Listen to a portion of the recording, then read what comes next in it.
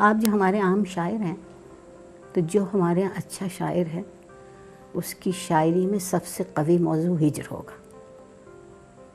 جدائی، فاصلہ، دوری، کچھ بھی کہہ لیں، کیوں ضروری ہے؟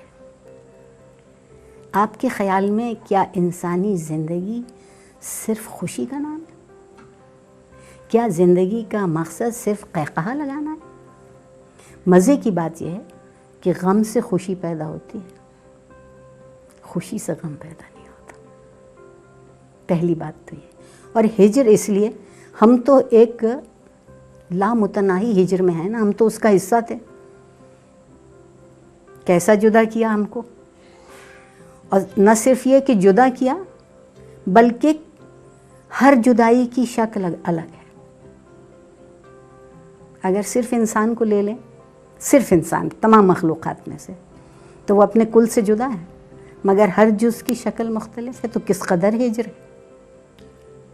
کس قدر ہجر ہے کہ کہیں اپنائیت کا، یکسانیت کا کوئی اثر، نام، نمود، نشان نظر نہیں آتا. پھر ہجر ایک اور بھی بات، جب تک آپ کے اندر کہیں ایک کرب نہ ہوتا ہو، آپ کا احساس ادھورا رہتا ہے. روزہ جو ہے پروردگار کو میرے فاقے گننا نہیں ہے. یہ 30 فاقے تم نے سال میں کیا، بڑا کمال کیا. دیکھنا یہ ہے کہ ایک گھونٹ پانی سے، ایک لقمہ روٹی سے جو ہجر ہوتا ہے، کیا اس تکلیف سے خوشخوئی سے گزر سکتے ہیں؟ تو اگر ہم عیش کا گھونٹ پینا چاہیں اور اس سے ہجر میں ہو جائیں، اور عیاشی کا لقمہ کھانا چاہیں اور اس سے ہجر میں ہو جائیں، تو ہم کس طرف بڑھ رہے ہیں؟ لوگوں کی طرف، وہ جو میرے اور آپ جیسے ہیں.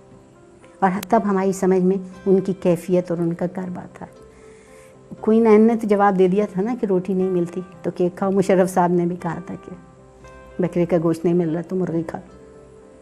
جس کی جیب میں دال کھانے کو پیسے نہ ہوں، اس سے آپ یہ. اور تو اس طرح کا جواب تو وہ دیتے ہیں جن کے دل پر اور آنکھوں پر اور کانوں پہ خدا نے مہر لگا دی اور وعدہ کر لیا کہ ہم نے مہر لگا دی، اب تم حقیقت نہیں دیکھ پاؤ گے. اور جو حقیقت دیکھتا ہے وہ سب سے بڑی حقیقت یہ دیکھتا ہے کہ وہ اپنی حقیقت سے دور ہے. جو اصل ہجر ہے وہ یہ ہے کہ میں اور آپ ایک عجب عالم میں ہیں جہاں بقا کے ساتھ ساتھ فنا چلتی ہے. فانی ہوتے ہیں تو بقا میں ملتے ہیں، اور جب تک فانی نہیں ہوتے بقا سے ہمارا کوئی واسطہ نہیں ہوتا. اور ہجر بنیادی میرے خیال میں ایک احساس ہے غم کا. اور غم جب میں کہہ رہی ہوں تو رونے، پیٹنے، ماتم کرنے کے لیے نہیں کہہ رہی. شدت احساس کا نام غم ہے. تو اگر وہ شدت احساس نہیں ہوگی تو زندگی کے کیا معنی؟ اور ملا کے پاس شدت جذبات بہت ہے، شدت احساس بالکل بھی نہیں. دو مختلف چیزیں. وہ سطح پہ جیتا ہے، صوفی کنویں کے پاتال میں اتر جاتا ہے اگر صوفی ہے تو. یہ جو ہر کوئی حقہ ہو کا نعرہ لگا دے وہ صوفی نہیں ہے، وہ بھی ایک رسم اور ایک رواج کے مارے ہوئے لوگ ہیں. یہ ان کو صوفی نہیں.